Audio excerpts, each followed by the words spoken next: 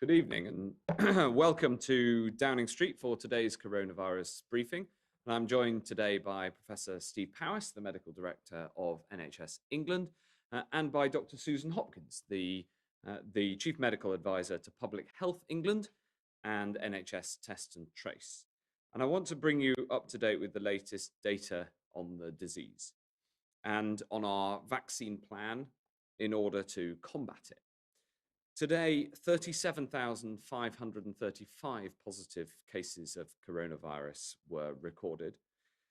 The NHS is under significant pressure in all parts of the country. There are 37,475 people in UK hospitals with coronavirus. That is the highest that it's been throughout the pandemic. And someone is admitted to hospital every 30 seconds. And sadly, today, 599 more deaths were recorded. That's 599 more people who've died from this terrible disease and left loved ones and their families in mourning. And I know the pain that this disease causes, and I'm determined to do everything we possibly can to defeat it. And I know that that is what you want too. And our vaccine delivery plan is absolutely at the core of this. It is our way out. It's also the biggest medical deployment in British history. And it's one of the biggest civilian operations that this country's ever undertaken. Our approach, of course, is to save as many lives as possible, as quickly as possible, and to reduce the pressure on the NHS. We're on track to deliver our plan to vaccinate the most vulnerable groups by the middle of February, the groups that account for 88% of COVID deaths. And I'm very glad to report that as of midnight last night, we have now vaccinated 4,062,501 people across the United Kingdom.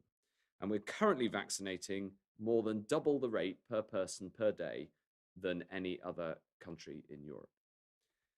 Latest data show that we've now vaccinated more than half of those over 80, as well as half of our elderly care home residents. And we all know that these are the groups who are most vulnerable to COVID. And we know that every jab counts. And I'm really pleased that we've been able to meet this milestone. Some areas of the country have done even better. There are some parts where the vast majority of octogenarians have been vaccinated.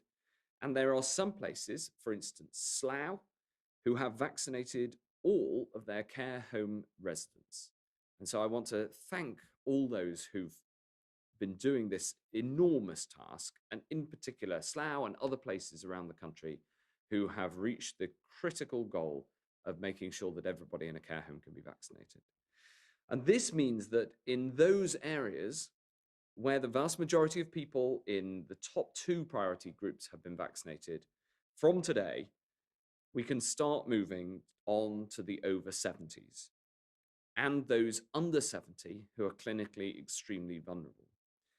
We're doing this because it's the best way both to maximize the pace of the rollout and to deliver according to the clinical prioritization, all with the goal of saving as many lives as possible, as quickly as possible, and reducing the pressures on the NHS. And I want to say to anybody who is aged over 80 but hasn't yet had their jab, I want to say we will reach you. The NHS will contact you, and you will have your invitation to be vaccinated within the next 4 weeks. And I'm absolutely determined to do all that I possibly can to support people in care homes while we get this vaccination done as soon as possible. Over the weekend, I announced £120 million to support staffing levels in social care. And that's in addition to the £149 million we recently made available to support the regular staff testing in care homes. And I want to thank everyone working in social care for the incredible way that you've stepped up for those who you care for. You make us all proud. And I know that as we continue to live under these difficult restrictions, People want to know the way forward for everyone. Our vaccine program continues to accelerate and expand, and another 10 large-scale vaccination centres came on stream in England just this morning. But in the meantime, we must all continue to play our part. We must stay at home wherever possible and take vital steps like the basics of hands, face, and space, letting fresh air in, and keeping to the rules on social distancing. Don't blow it now. We're on the route out. We're protecting the most vulnerable. We're getting the virus under control. Together, I know that we can do it, and we've got to stick at it. And especially with our plans for all adults in the UK to be offered a COVID vaccine by September. And just before I end, I want to say this. There are many more ways that everybody can help in this great national effort. Of course, following the rules is the single most important thing that people can do. But more formally, people are helping by being a community volunteer or signing up for clinical trials for vaccines and for therapeutics, or the 50,000 people who've now signed up for the Sun's Jabs Army, smashing the target in the battle against this disease. And I want to thank each and every one of you and the Sun newspaper for leading in this part of the national effort. But also informally too. And this is something that I know so many people are doing in every part of the country, and I see it every day, and people talk to me about it all of the time. And it really inspires me how people are helping in adversity. Like a grandson helping their grandma to book an appointment online, or neighbours dropping off essentials on the doorstep, or the community groups that are getting together to help drive people to a vaccination centre so that people can get that all-important jab. I find it really heartening at the kind actions that we're seeing from so many people, especially when people need help. So thank you for all that you're doing for your loved ones, for your communities, for your friends and colleagues and neighbours. Being there for each other is so important in these difficult days. And in that spirit, that can help us all get to the brighter times that I know are ahead. Thank you for watching so far. And now we're going to turn straight to the questions, firstly from members of the public. And the first question is from Amanda from Stourbridge by video. With the alarming increase in hospital admissions and casualties from the virus, what are the plans to protect those working on the front line, for example, supermarket workers, delivery drivers, teachers, etc.? Can weekly lateral flow testing be made available to them locally if it's not practical for them to be vaccinated during the first few rollouts of the vaccine? Thank you. Thank you very much, Amanda. Well, it's a great question, very important. And I'll turn to Susan to talk about the testing operations that we've got in place, and also ask Steve to talk a bit about the pressures that we are seeing on the NHS. What I'd say is, in terms of vaccinations, we're working through the most clinically vulnerable. That is the most important thing to do, because it's all calibrated on reducing the number of deaths as fast as possible. And after we've got through those who are clinically vulnerable, as set out by the independent experts, then we'll turn to the wider group. But your question was much broader, as in what can we do to help in the meantime, whilst we do get the vaccine rolled out to the clinically vulnerable groups. Susan. Thank you. So I'm delighted to say that MHRA have approved lateral flow devices as an exceptional use in order to help us do exactly that. We're rolling out lateral flow devices throughout the country through community testing sites and also in workplaces to allow people to get tested when they're asymptomatic to reduce the spread of disease. We've detected more than 37,000 individuals through lateral flow tests over the last number of weeks, and we will continue to roll them out rapidly as an additional tool to help us get this virus under control. Thanks. And critically, there are now local lateral flow testing sites that you can go to, that you can walk in asymptomatically without booking. So if you are in one of those groups working on the front line and your employer doesn't do it, you can now go and get a test asymptomatically. And on the NHS pressures, can you give us an update, please, Steve? Yes, thank you. And Amanda, as you said, as case rates have started to increase over the last month or so, we have seen increasing pressure on the NHS and many, many more people coming into hospital beds. So since Christmas Eve, around 15,000 people have been admitted with coronavirus into our hospitals, and that is well over 20 hospitals worth of new patients.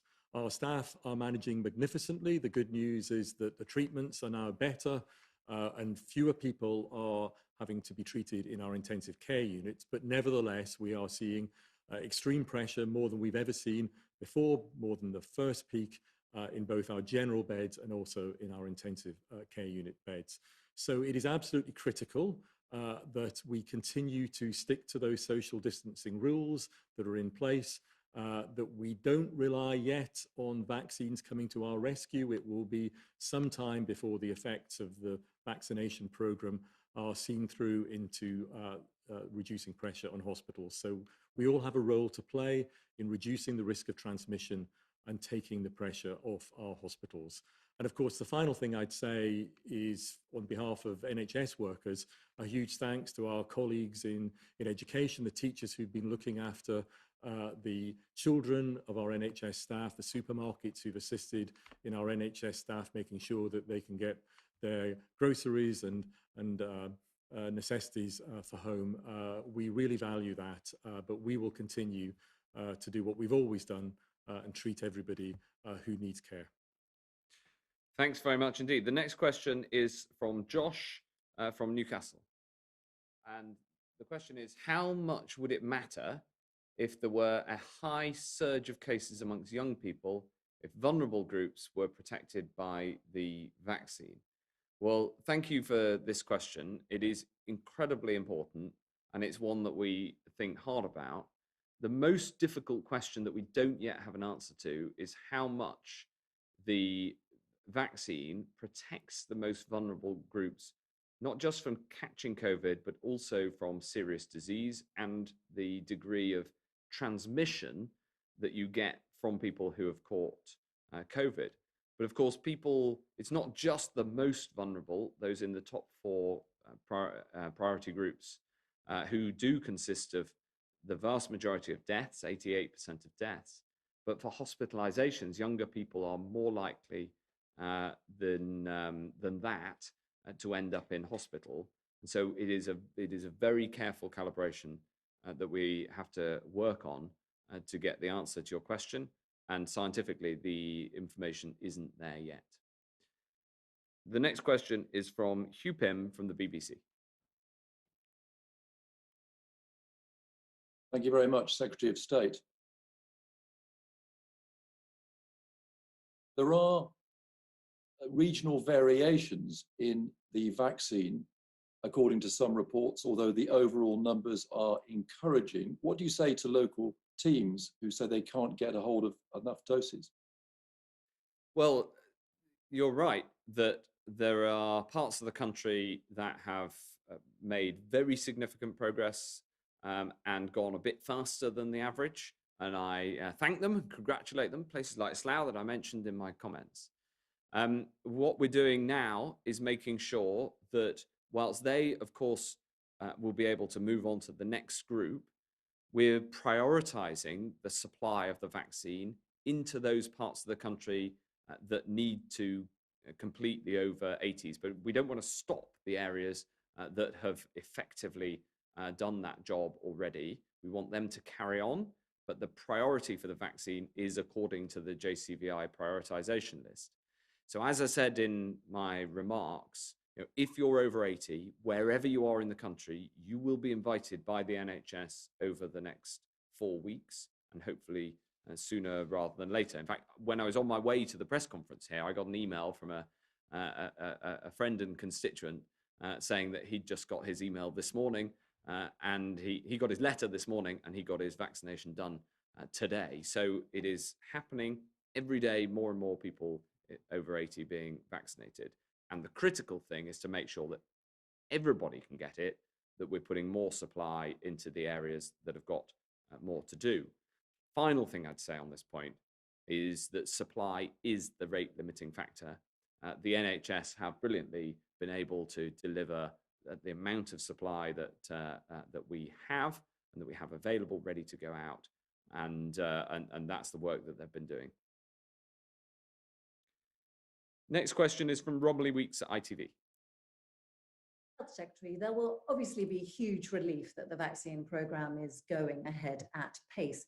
But what do you say to those over 80s who still haven't been vaccinated, who are hearing that others younger than them are getting it first? And what is the reason that some areas are doing so much better than other areas? Is it because they're not getting sufficient supplies of the vaccine, or is it because they're less well organised? Well, in terms of the differences in the rate of progress in different parts of the country, there's all sorts of reasons. It does take time to set up each of the sites, because each site has to be approved, because you want to make sure that firstly it's safe in terms of people going into the site and making sure that there's good infection control within the vaccination centre, and it's also got to be approved to make sure that the vaccine is properly reaches the arm properly. All of that does take a bit of time to set up. But the key thing about the goal that we've set by the 15th of February is that everybody in the top 4 groups will be offered a vaccine by then. Now, we want to, of course, get to care homes and those over 80 sooner than that.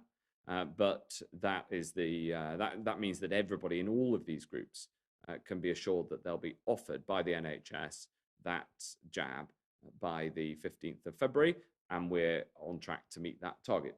I don't know whether Professor Powis wants to add something. Yes, I can reassure you that in the NHS, it's our absolute priority to get vaccines to those people in those top priority groups as quickly as possible. And of course, that includes the over 80s, who are the very top priority, along with care home residents. And we are doing that as fast as we can throughout the country.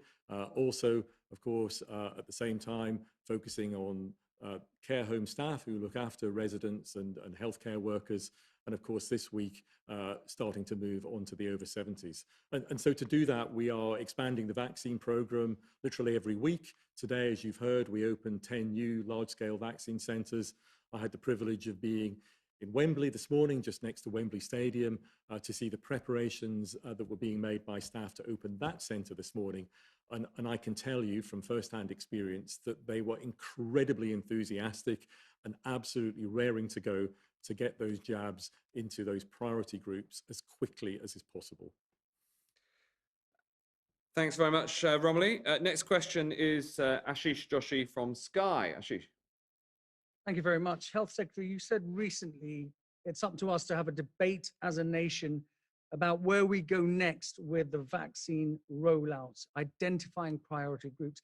How do you identify who needs a vaccine more urgently between a police officer, a shop worker, or a teacher? And the second question, can I have your response to Dr. Tedros from the World Health Organization, who said, as far as the global distribution of this vaccine is concerned, we're witnessing a catastrophic moral failure?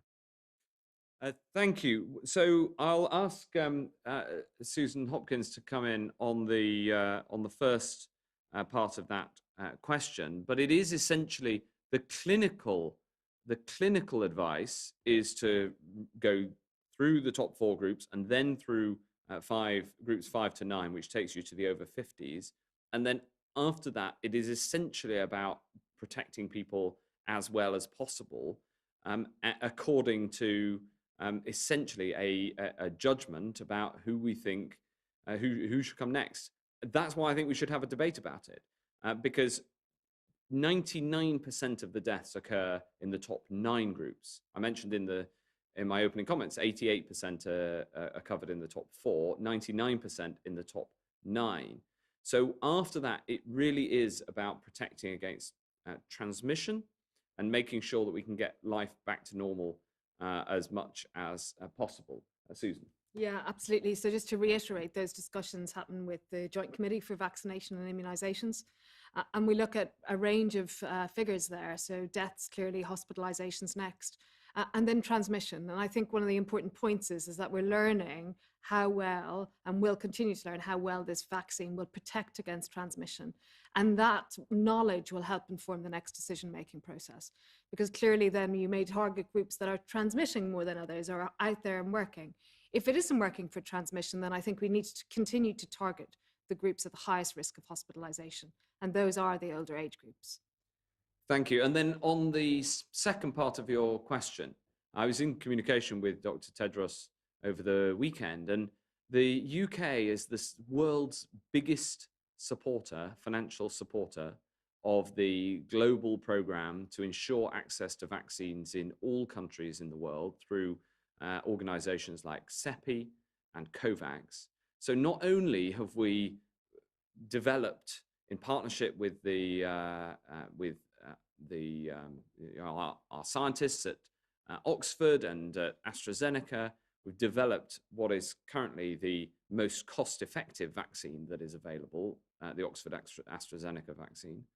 We've also put the most financial support into these international efforts to ensure everybody has access to vaccine.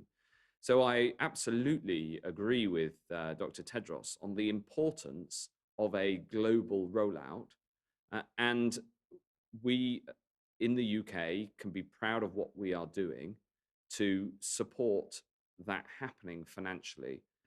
And I look forward to working with the World Health Organization and others, including in CEPI, COVAX and other organizations, to try to make sure that we get enough vaccine to be able to vaccinate the whole world, and certainly the whole world's adult population for which vaccines are now approved.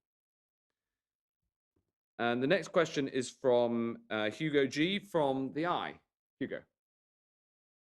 Thank you. Question for the Secretary of State and Professor Powis. After a rapid acceleration in vaccine delivery over the course of last week, we've seen a significant dip in the figures from today and from yesterday. Why do fewer vaccines seem to be being administered at weekends? And what are you doing to ensure that the vaccination programme is providing a full 7-day service? Well, the vaccine delivery is absolutely delivering a full 7-day service, and as you well know, we are prepared to go 24/7. There are movements in supply, and making sure that we get the supply into people's arms as fast as possible is absolutely critical. So I wouldn't read too much into an individual day's data. I think the best thing to do is look at the weekly averages, and as you say, you can see that going up and up fast. Yes, well, each week we are when the supply comes through, increasing the number of jabs we get into people's arms, and that's throughout the weekend, and it's weekends as well. So the focus in the NHS is to absolutely make sure that this is a 7-day service and to get as many vaccines delivered to those priority groups as possible. So we will continue to increase the number of vaccinations as the supply comes through, and that will be throughout the week. I mean, there's one other point to make, it's one that I've made many times, which is that supply is the rate limiting factor. You know, the NHS is doing a brilliant job, but if you listen to the voices on the ground in the NHS, you hear people saying, "Give us more supply, and we'll jab it into more arms." And obviously, we're working with the manufacturers who are doing a brilliant job of getting it made and distributed as quickly as possible. So we're shoveling it out as fast as we can. Thanks, Hugo. The next question is from Jane Kirby at PA. Good afternoon, Secretary of State. Can you confirm that it's your intention to start lifting restrictions in early March when immunity kicks in for those first top 4 priority groups who are currently getting the vaccine?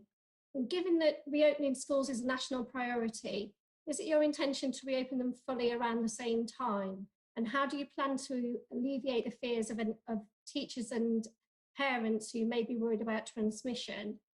And on the question of summer holidays, we're now vaccinating around 2 million people a week, which means at this rate, all adults should have received their first dose of the vaccine by the start of the school summer holidays.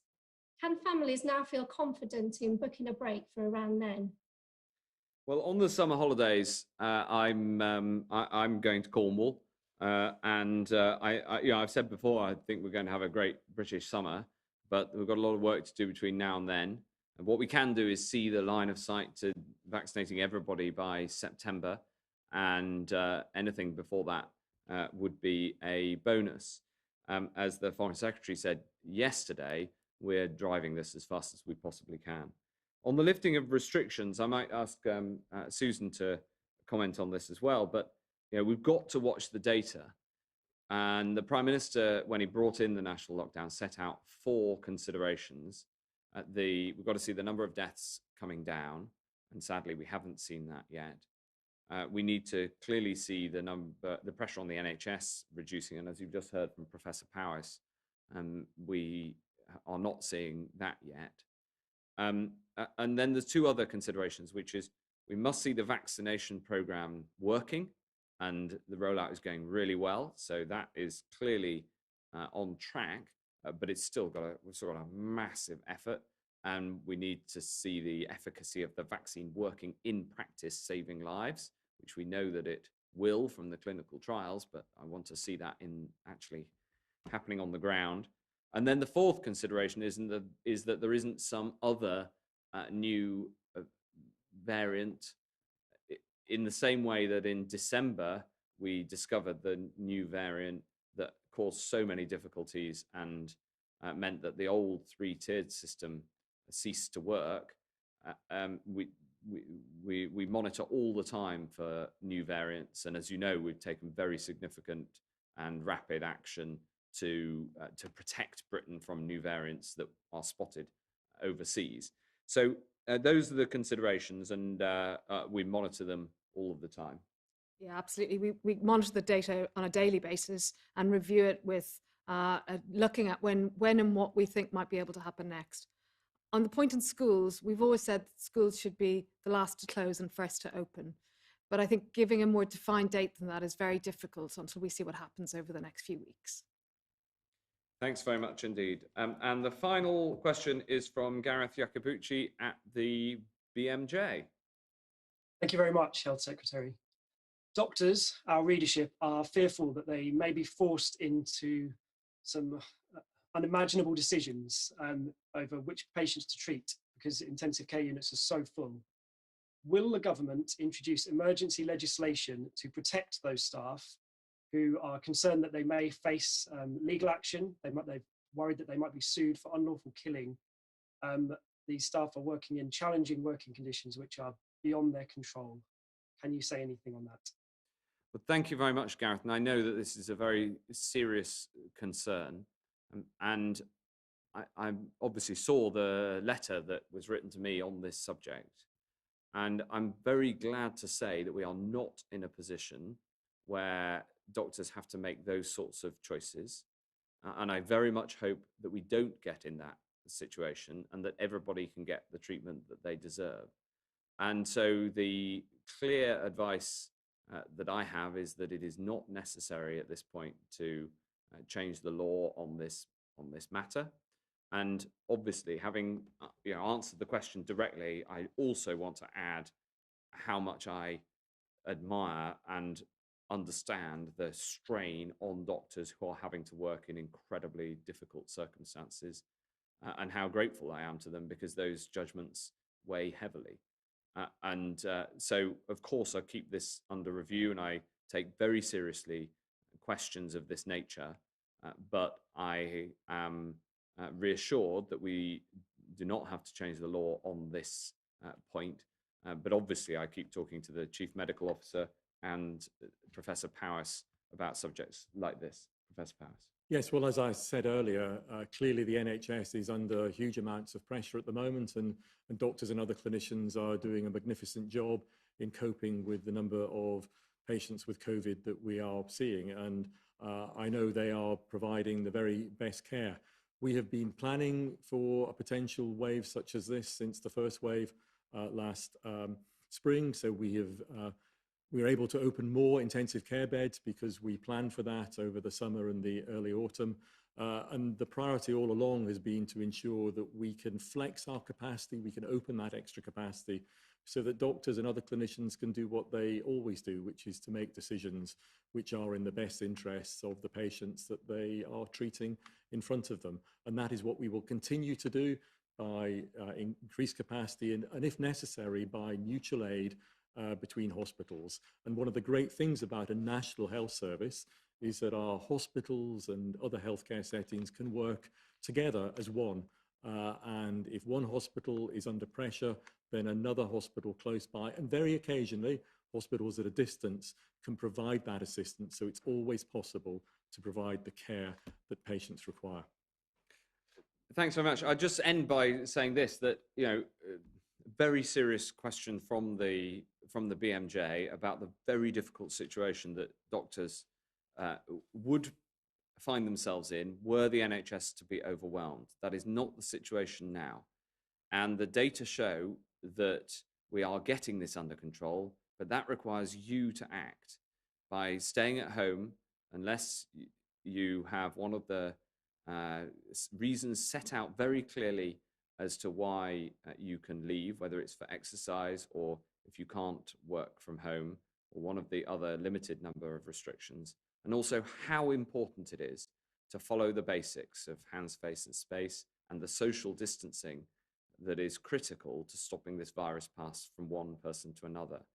So listening to the doctors who are working on the front line, and as Professor Powis has just set out, it's so important that we listen to those voices and everybody plays their part in getting this under control. Thank you very much indeed.